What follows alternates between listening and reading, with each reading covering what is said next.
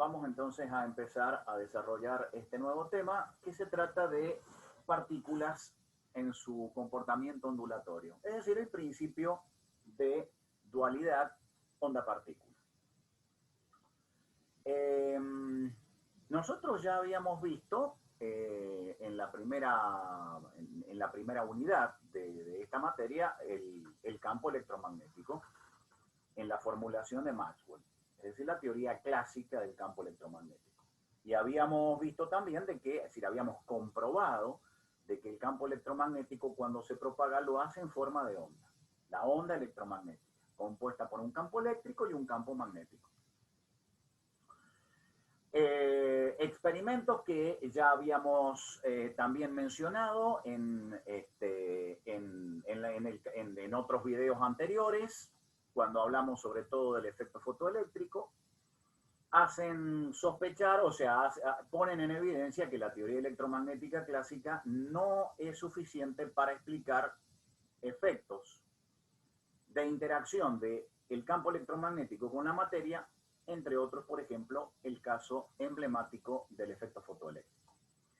Fue Einstein, utilizando ideas que había desarrollado Planck, ya vamos a verlas en su momento, el que concibió una partícula que está asociada con el campo electromagnético y a la cual llamó fotón.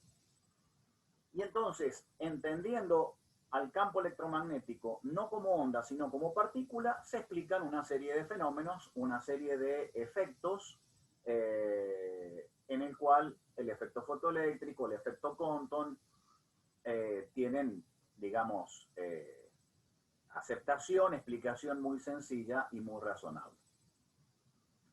Entonces, Einstein, digamos, abre el camino para poder describir el comportamiento de la naturaleza de dos formas alternativas, o bien como onda o bien como partícula.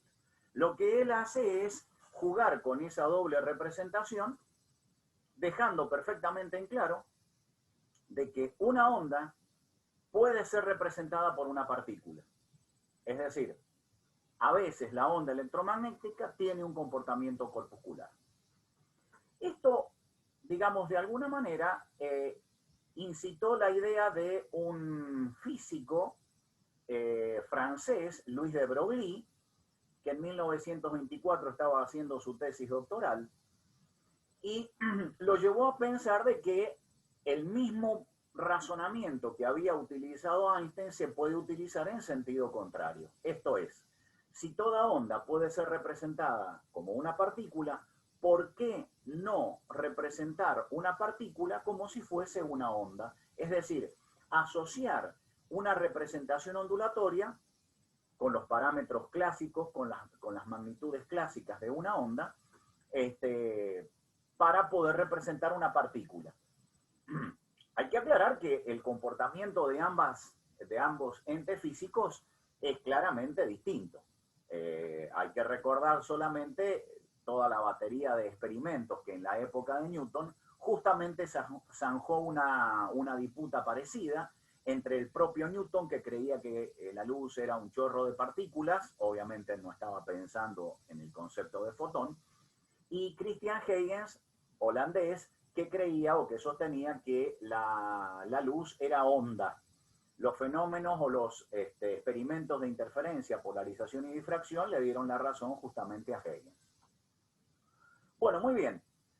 Acá se vuelve a poner sobre el tapete, digamos, este tipo de discusión. Más que nada no es una discusión, sino esta dualidad en la representación de la realidad física. Y de nuevo, ya transitando por un camino más seguro, puesto que Einstein había inaugurado, digamos, esta línea de pensamiento. Entonces, estas ideas las presenta, habíamos dicho, de Broglie en 1924, y lo que él dice es, nosotros conocemos la representación de la relación que hay, mejor dicho, entre la longitud de onda y la cantidad de movimiento a través de esta relación. Esto lo habíamos visto ya en el capítulo anterior. Bueno, muy bien. utilizando, digamos, una escritura alternativa, reemplazamos el valor de P por el producto de la masa por la velocidad. Entonces vemos que aquí existe una relación entre dos magnitudes físicas, la longitud de onda y la cantidad de movimiento, que son utilizadas para poder representar dos aspectos muy distintos de la física. La longitud de onda es característica de una onda justamente, de un fenómeno ondulatorio, mientras que la cantidad de movimiento tiene que ver con una partícula de masa determinada que se mueve a una determinada velocidad. Entonces, de ahí, de alguna manera, en esta fórmula está el enganche o la relación que estaba necesitando de Broglie para demostrar su hipótesis. De hecho, a esta longitud de onda, la que se obtiene aquí, se le llama longitud de onda de Broglie, puesto que es la longitud de onda de la onda que va a utilizar de Broglie para poder representar a una partícula, para poder asociarlo a una partícula. También la energía está vinculada con magnitudes físicas que representan o que se utilizan para describir un fenómeno ondulatorio. Hay que recordar que la cantidad de energía que transporta un fotón está dado por la formulita, esta que estamos viendo aquí abajo, donde la energía es igual a la constante de Planck por la frecuencia de esa onda. Esto es la energía del fotón. Y entonces, otra vez, a través de estas dos fórmulas, de Broglie ve la relación que hay entre la frecuencia de esa onda asociada con el electrón y la energía que transporta, que lleva, que contiene ese fotón y consecuentemente el campo electromagnético que está tratando de ser representado. Es decir, mejor dicho, la frecuencia relacionada con la onda que está tratando de representar a esa partícula. En el caso particular del trabajo que hizo de Broglie, está hablando del electrón, pero estas ideas pueden ser fácilmente aplicables a cualquier otro tipo de partícula. Muy bien.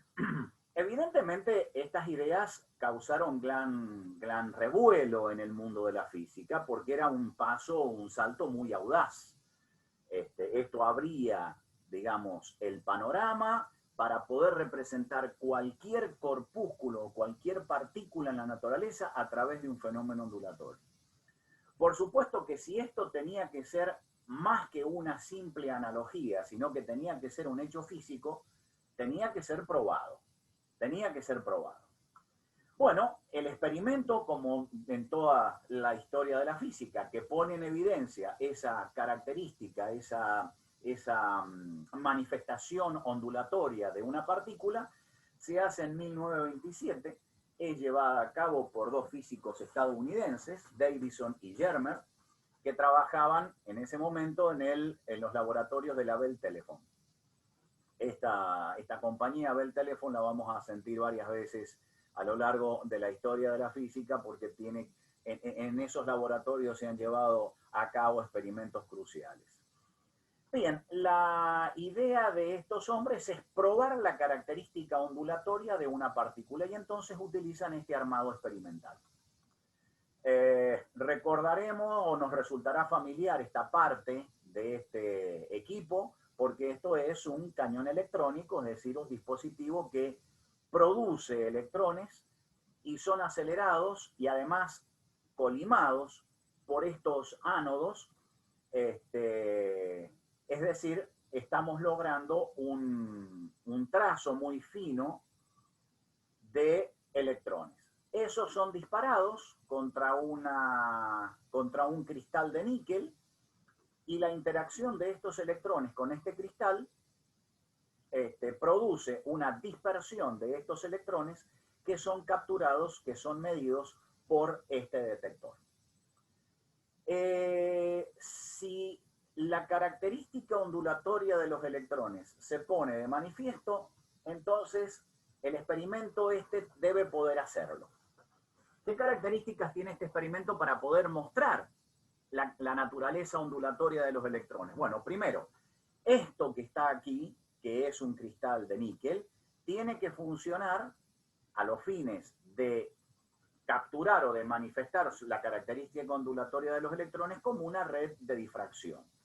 Y para ello, la distancia, o sea, la abertura de cada rendija y la separación de cada rendija en esa red de difracción tiene que estar en relación con la longitud de onda de la onda de ese electrón que está interactuando justamente con esta red.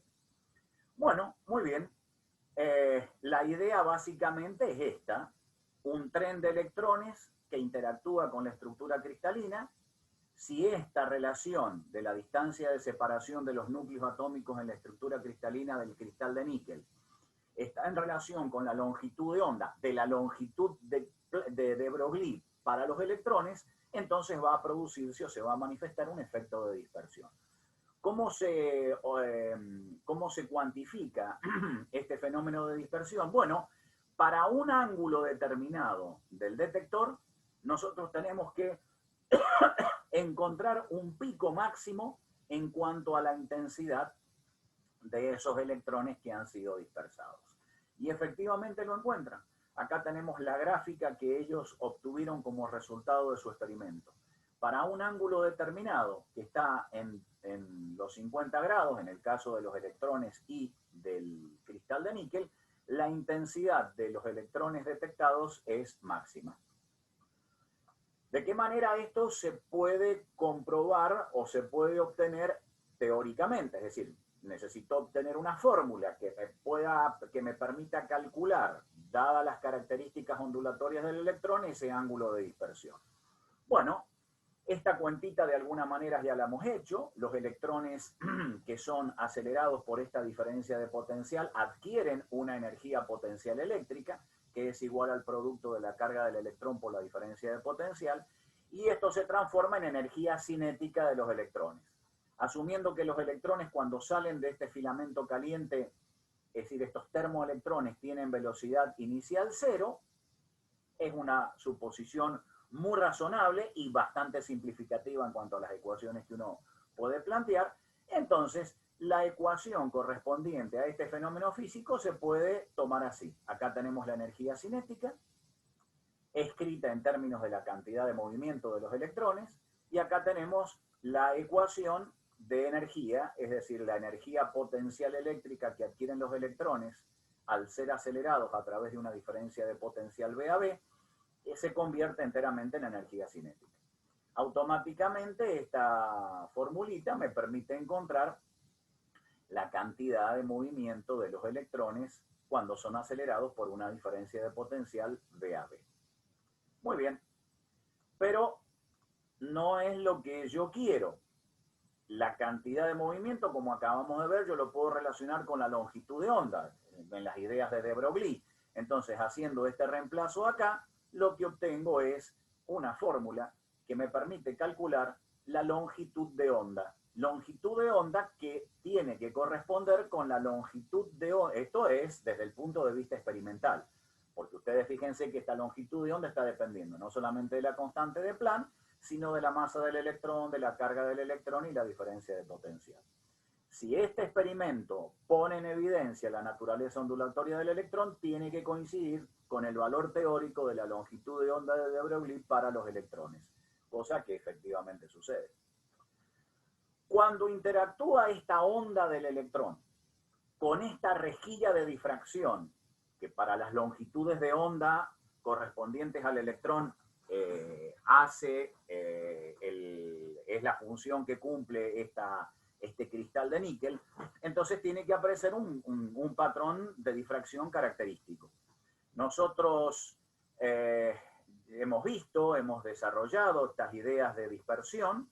En el capítulo 1 están los apuntes y videos, digamos, respecto de estos experimentos. La relación que se cumple en un patrón de difracción es que D por el seno de tita, donde D en este caso es esta distancia de separación entre núcleos de la estructura cristalina. En el caso de una red de difracción sería la separación entre dos rendijas consecutivas. Y el seno de tita sigue siendo este ángulo de aquí, es igual a un número de veces entero lambda. Esta es la condición de interferencia constructiva en un patrón bien de interferencia o bien de difracción, es indistinto. Si estamos interesados por tomar el valor máximo, es decir, el máximo central, m tiene que ser igual a 1, el máximo de primer orden, y entonces esta fórmula pone en vinculación la longitud de onda de la onda del electrón con el ángulo de dispersión. D es una característica de la estructura cristalina, y entonces de esta manera, digamos, aparece o se puede corroborar los resultados experimentales con las ecuaciones o los desarrollos teóricos. Acá en esta fotografía lo que tenemos es una difracción. En la parte superior se muestra la difracción de rayos X, en la parte inferior se muestra la difracción de electrones, y la idea de mostrar estas dos fotografías es para ver la gran similitud que hay entre los dos patrones de difracción. Es decir, acá los electrones cuando se difractan lo hacen manifestando su característica ondulatoria, su comportamiento ondulatorio. Bueno, en el 1928, un año después de los experimentos de Davison y Germer, un físico inglés, Thomson, realizó experimentos, digamos, hizo un experimento similar, también utilizó electrones, pero aquí esta vez utilizó una lámina de metálica policristalina como blanco. Debye y Scherrer utilizan técnicas similares, lo hacen para difracción de rayos X, es decir, fotones de muy alta energía, y lo que encuentran es una confirmación total, digamos, de los resultados predichos por la teoría o por los desarrollos teóricos de de Broglie con los experimentos que realiza Davison y Germer y Thomson. Bien, evidentemente a toda esta gente estos resultados, tanto teóricos como experimentales, le valieron premios Nobel, ¿no? Muy bien, a partir de ahí entonces ya estaba confirmada la característica ondulatoria que tienen las partículas. Entonces, a partir de ahora, se muestra claramente que en cuanto a la descripción de la naturaleza, no tenemos un solo camino o una sola vía. No tenemos una sola forma de enfocar estos problemas.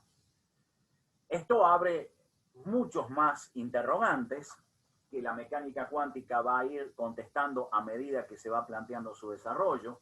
Hay que tener en cuenta que más o menos para estas fechas, es decir, 1927, desde 1925 a 1927 se producen, digamos, los desarrollos teóricos completos de la mecánica cuántica a través de los trabajos de Schrödinger, de Heisenberg y de Dirac, y que ya entonces queda totalmente establecido una estructura, un marco, digamos, teórico para la mecánica cuántica y para su interpretación y su entendimiento en cuanto a la descripción de la naturaleza.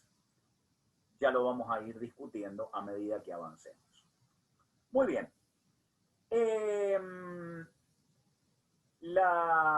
Digamos, la pregunta es ¿por qué estas características ondulatorias de las partículas no se manifiestan, digamos, en el mundo macroscópico?